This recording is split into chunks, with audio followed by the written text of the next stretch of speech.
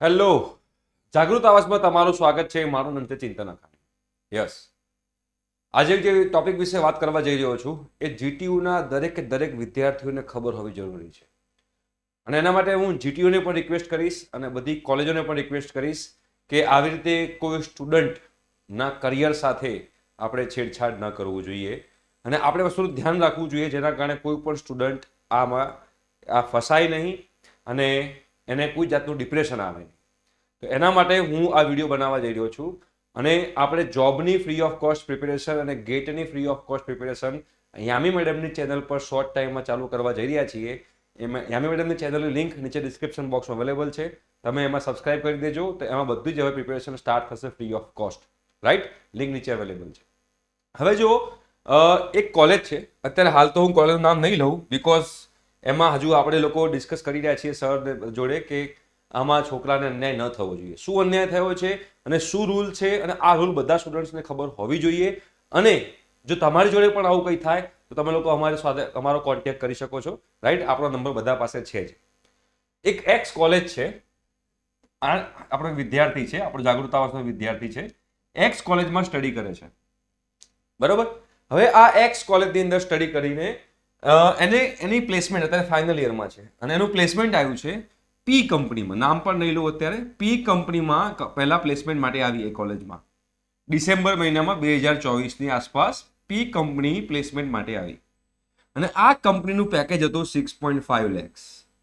આ કંપનીનું પેકેજ હતું 6.5 lakhs. આ કેસ સમજવા જેવો છે. અને આમાં છોકરો કઈ જગ્યાએ ખોટો છે તમે પણ કમેન્ટ બોક્સમાં કમેન્ટ કરજો કે આમાં કોની ભૂલ છે, સ્ટુડન્ટની ભૂલ છે, કોલેજની ભૂલ છે, કોની ભૂલ છે, એ આપણે અહીંયા આગળ સમજવાનો પ્રયત્ન કરીશું. તો 6.5 લાખનું પેકેજ આ કંપની ઓફર કરતી હતી. તો સૌથી પહેલા આ સ્ટુડન્ટે જે એનું રિટન ટેસ્ટ હોય તો રિટન ટેસ્ટ ક્લિયર કર્યો, રિટન ટેસ્ટ ક્લિયર થઈ ગયો. પછી પર્સનલ ઇન્ટરવ્યૂ હોય. હવે પર્સનલ ઇન્ટરવ્યૂ જો ક્લિયર થાય તો એને જોબ મળી કહેવાય. પર્સનલ ઇન્ટરવ્યૂ ક્લિયર ન થાય તો એને જોબ ન મળી કહેવાય. તો પર્સનલ ઇન્ટરવ્યુમાં બેઠા પછી આ કંપની જતી રહી અને તમે સિલેક્ટ થયા છો કે નથી થયા એ કોઈ વસ્તુની એને ઇન્ફોર્મેશન આપી નહીં. એટલે ડિસિઝન પેન્ડિંગ રાખ્યું કે અમે રિઝલ્ટ થોડા ટાઈમ પછી આપીશું. એટલે આ જે આપણો કેન્ડિડેટ જે છે એ કેન્ડિડેટને નક્કી નથી કે આ કોલેજમાં આ જે કંપની છે એ કંપનીમાં એને જોબ મળશે કે નહીં, નક્કી નથી. બિકોઝ રિઝલ્ટ આવ્યું જ નથી આ કંપનીનું. 6.5 લાખ પેકેજ. પછી આ જ કોલેજની અંદર અગેન જાન્યુઆરીની અંદર કે ફેબ્રુઆરીની અંદર બીજી એક કંપની આવે છે અને એ કંપનીને આપણે ક્યુ કંપની કહી દઈએ. અને આ ક્યુ કંપનીની અંદર પેકેજ છે 3 lakhs. હવે જે આ આપણો કેન્ડિડેટ જે છે એને તો આમાં શ્યોરિટી નથી ને કે એને જોબ મળશે કે નહીં. તો એ આ કંપનીમાં પણ બેસે છે અને આ કંપનીમાં એનું તરત સિલેક્શન થઈ જાય છે. Yes, you are selected. હજુ આ કંપનીનું રિઝલ્ટ નથી આવ્યું. કંપની પહેલા આ કંપની પહેલા આવેલી છે. રાઈટ, આનું સિલેક્શન થયા પછી આનું રિઝલ્ટ આવે છે અને રિઝલ્ટમાં એવું બતાવે છે કે તમે અદાણીમાં પણ સિલેક્ટ થઈ ગયા છો. તો હવે એની કોલેજ એવું કહે છે કે તમે અદાણીમાં ના જઈ શકો, તમારે આમાં જ જવું પડશે. તો અહીંયા આપણે શેના માટે ભણીએ છીએ? આપણે 4 વર્ષ એના માટે ભણીએ છીએ કે આપણને બેસ્ટ કંપની મળે, બેસ્ટ કોલેજ મળે.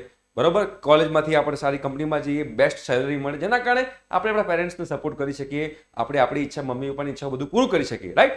તો એક જગ્યાએ 3 લાખનું પેકેજ છે, એક જગ્યાએ 6.5 લાખનું પેકેજ છે. હું એમ નથી કહેતો કે બંનેમાં બેસે અને બંનેમાં સિલેક્ટ થાય, કોઈ બી એક સિલેક્ટ કરે. ના, એવું નહીં. જો એ આમાં બેઠો હતો અને આમાં રિઝલ્ટ આવી ગયું હોત તો આમાં બેસવાનો હતો જ નહીં. બટ આમાં એને શ્યોરિટી નથી, કદાચ સિલેક્શન ના પણ થાય. અને જો સિલેક્શન ના થાય ને આમાં ના બેઠો હોય તો બંનેમાંથી એક જગ્યાએ એને સિલેક્શન ના થાય. તો આમાં શું કરવાની જરૂર હતી મારા મુજબ કે આ જે છે, આ જે કંપની જે છે, આ કંપનીમાં તમારે રિઝલ્ટ ના આવે ત્યાં સુધી બીજી કંપની બોલાવવાની જરૂર હતી જ નહીં.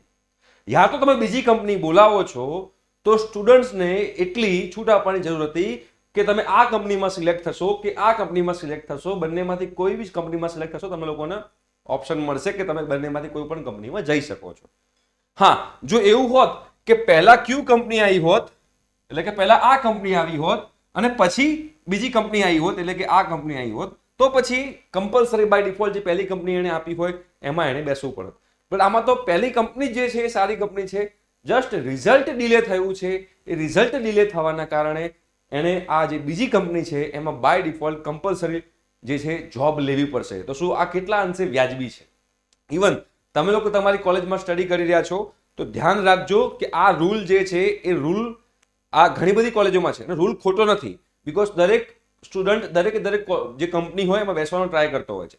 બટ આવું પણ ન થવું જોઈએ. આમાં તો સરાસર સ્ટુડન્ટને અન્યાય થઈ રહ્યો છે, કેમ કે આનું રિઝલ્ટ આવ્યું જ નહોતું. જો આનું રિઝલ્ટ આવી ગયું હોત તો પછી ક્યાં બેસવાનો હતો જ ક્યુ કંપનીની અંદર, બરોબર છે. અને જો આપણે કંપનીને ફોર્સ નથી કરી શકતા કે તમે રિઝલ્ટ જલ્દી આપો, તો બીજી કંપની આનું રિઝલ્ટ આવ્યા પછી બોલાવો, યા તો પછી ના બોલાવવું હોય તો બોલાવો, પણ જે સ્ટુડન્ટ બંનેમાં બેઠા છે એને બંનેનો ચાન્સ આપો.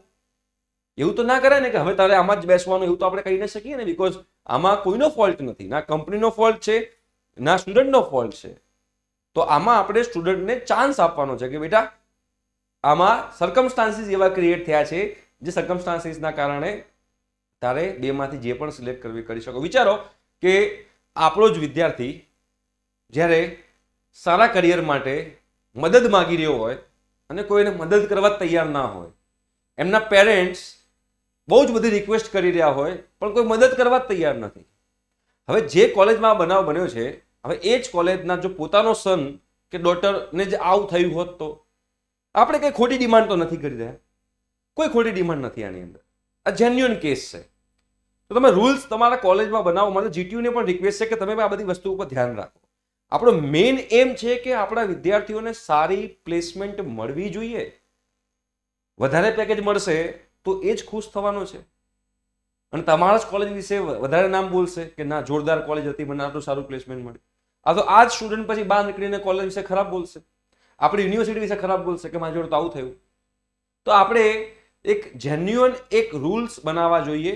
અને રૂલ્સ જો આમાં આ લૂપ હોલ કહેવાય, આ લૂપ હોલ કહેવાય, બીજું કશું નથી. પણ આ લૂપ હોલમાં સ્પેશિયલ કન્સિડરેશનમાં આ સ્ટુડન્ટને જે કંપનીમાં ચાન્સ આપવો જોઈએ, ક્યુ કંપનીમાં ચાન્સ આપવો જોઈએ કે પી કંપનીમાં ચાન્સ આપવો જોઈએ, તમે લોકો પણ કમેન્ટ કરો તો મને ખબર પડે. અને તમે લોકો પણ બેટા ધ્યાન રાખજો તમારી કોલેજમાં આવું ક્યાંય ના થાય. અને આવો બીજો કોઈ તમારી સાથે અન્યાય થઈ રહ્યો હોય, હા, પણ તમે એમાં જેન્યુઅન હોવા જોઈએ, તમે ખોટા ના હોવા જોઈએ. તો આપણે 100% તમારા માટે અવાજ ઉઠાવીશું અને તમારા માટે અમે પ્રયત્ન કરીશું કે એ અન્યાય તમને ન થાય. બટ શરત માત્ર એટલી છે કે તમે લોકો પણ કહેવાય ને પ્રામાણિક હોવા જોઈએ, ઓનેસ્ટ હોવા જોઈએ. પછી એવું નહીં કે સર મારી પર કોપી કેસ થયો છે ને તમે ઓળખાણ ચલાવો અને કહી દો કે ભાઈ મારી પર કોપી કેસ ના થાય, એવું નહીં. એમાં જાગૃત આવાજ કોઈ દિવસ સપોર્ટ કરતું નથી. કોપી કેસ થાય છે તો એમાં આપણો જ ફોલ્ટ હોય છે, બીકોઝ આપણે ચિઠ્ઠી ખિસ્સામાં મૂકીને જતા હોઈએ છીએ. તો જે જેન્યુઅન વસ્તુ, સર મેં સબમિશન નહોતું કર્યું એટલે સરે મને ફેલ કર્યો, તમે એમને કહો પાસ કરી દો, તો એમાં બી નહીં. રાઈટ, જેન્યુઅન કેસ કહેવાય. સબમિશન કરેલું હોય તો ફેલ કર્યો તો બોલો તો આપણે લડત આપીશું, બટ એમને એમ નહીં. તો આ પણ એક એવો જેન્યુઅન કેસ છે બેટા. તો તમે તમારી કોલેજમાં ચેક કરો કે તમારા કોલેજમાં આવા કોઈ રૂલ્સ છે કે નહીં, ધ્યાનથી. ઓકે, અને કમેન્ટ કરો કે આમાં શું છે. મારી નમ્ર વિનંતી છે કોલેજને, એ કોલેજના ટ્રેનિંગ એન્ડ પ્લેસમેન્ટ ઓફિસરને અને જીટીયુને કે આવા કેસ ઉપર ધ્યાન આપે. અને છોકરાને બહુ મોટો ફરક છે. 3 લાખનું પેકેજ હોય ને 3.5 લાખનું પેકેજ હોય તો કોઈ ફરક નતો પડતો, પણ અહીંયા 3 લાખ છે ને અહીંયા 6.5 લાખ છે, ઓલમોસ્ટ ડબલ પેકેજ છે. અને આપણા કરિયરમાં જો સ્ટાર્ટિંગમાં જ આટલો બૂસ્ટ મળી જાય 6.5 લાખનો, તો બહુ મોટો ઇમ્પેક્ટ પાડે છે. જેનું સ્ટાર્ટિંગ પેકેજ 3 લાખ હોય અને જેનું સ્ટાર્ટિંગ પેકેજ જ 6.5 લાખ હોય, તો આજથી 10 વર્ષ પછી 3 લાખ વાળો ક્યાં હોય ને 6.5 લાખ વાળો ક્યાં હોય એ અત્યારે ખબર ના પડે. એ 10 વર્ષ પછી, 7 વર્ષ પછી, 15 વર્ષ પછી ખબર પડે કે કાશ મને 6.5 લાખ વાળી જોબ મળી ગઈ હોત ને તો અત્યારે હું આ પેકેજ નહીં પણ આ પેકેજે પહોંચ્યો હોત. તમે ખાલી 15% એવરી યર ગ્રોથ માનો તો 15% એવરી યર ગ્રોથ માનો તો 6.5 લાખનું પેકેજ હોય તો એને એવરી યર 90,000 રૂપિયા, ફર્સ્ટ યર 90,000 રૂપિયાનો એનું ઇન્ક્રીમેન્ટ થાય. આનું ફર્સ્ટ યરમાં 45,000 રૂપિયાનું ઇન્ક્રીમેન્ટ થાય. તમે સમજી શકો છો, ત્યાં પણ ફરક પડશે, ઇન્ક્રીમેન્ટમાં પણ ફરક પડે. બીકોઝ તમે જ્યારે પણ કોઈ જગ્યાએ જોબમાં જાઓ છો ત્યારે તમારું ઇન્ક્રીમેન્ટ જે થાય છે એ ઇન્ક્રીમેન્ટ પર્સન્ટેજના બેઝ પર થાય છે. હવે આની પેકેજ થઈ જાય તમારું 6.5 નું વત્તા 90 કરો એટલે 7.40 પેકેજ થયું કહેવાય, 7.40 થયું કહેવાય. આનું 3.45 થયું કહેવાય, એવું માનીને ચાલીએ. હવે આના 15% ગણો, તમે આના 15% ગણશો તો આનો તમારા 1.25 લાખ જેવું ઇન્ક્રીમેન્ટ થયું કહેવાય. તમે આના 15% ગણો તો આનું કેટલું થયું કહેવાય, 50,000 સમથિંગ ઇન્ક્રીમેન્ટ થયું કહેવાય. તો ઇન્ક્રીમેન્ટમાં પણ કેટલો મોટો ફરક પડતો જાય છે ધીમે ધીમે. તો હંમેશા કહેવાય ને કે વેલ સ્ટાર્ટ ઇઝ, કહેવાય ને કે જબરજસ્ત સ્ટાર્ટ કરો. 100 મીટરની રેસ, મને યાદ નથી અત્યારે, થોડોક સેન્ટી થઈ ગયો છું એટલે, પણ સારું બિગિનિંગ હોય ને, આ વેલ બિગિનિંગ ઇઝ હાફ ડન. ચલો, હા, વેલ બિગિનિંગ ઇઝ હાફ ડન, હું ભૂલી ગયો હતો. તો એક સારું સ્ટાર્ટ મળતું હોય તો આપણા સ્ટુડન્ટને તો આપણે સ્ટુડન્ટને સપોર્ટ કરવો જોઈએ, ના કે આપણે એને એવું કરવું જોઈએ કે ના ભાઈ તારે આમાં જ જવાનું છે, આમાં નથી જવાનું. અને એ જેન્યુઅન કેસ છે, આનું રિઝલ્ટ નહોતું આવ્યું એટલે એનો મતલબ તો એવો નહીં ને કે એવો તો કોન્ફિડન્સ કોઈને ના હોય ને કે ભાઈ મેં આ કોલેજ આ જે છે કંપની આ કંપનીમાં ઇન્ટરવ્યૂ આપ્યું છે મને 100% જોબ મળી જ જવાની છે, મારે બીજી કોઈ કંપનીમાં નથી બેસવું, એવો કોઈને કોન્ફિડન્સ હોય? કોઈને ના હોય. તો આ બધી વસ્તુમાં આપણે આપણા સ્ટુડન્ટ્સ માટે ઊભા રહેવાનું છે અને સ્ટુડન્ટ્સને સપોર્ટ કરવાનો છે, રાઈટ? તો મારી નમ્ર વિનંતી છે બધાને જ, જે કન્સર્ન વ્યક્તિ હોય, જે કદાચ વિડીયો જોતા હશે તમને ખબર પડી ગઈ હશે કે કયા કેસની વાત કરી રહ્યો છું, તો મારી નમ્ર વિનંતી છે કે પ્લીઝ આ વસ્તુ ઉપર ધ્યાન રાખો અને મારી વિનંતી છે કે છોકરાને તમે મદદ કરો. Thank you so much. By.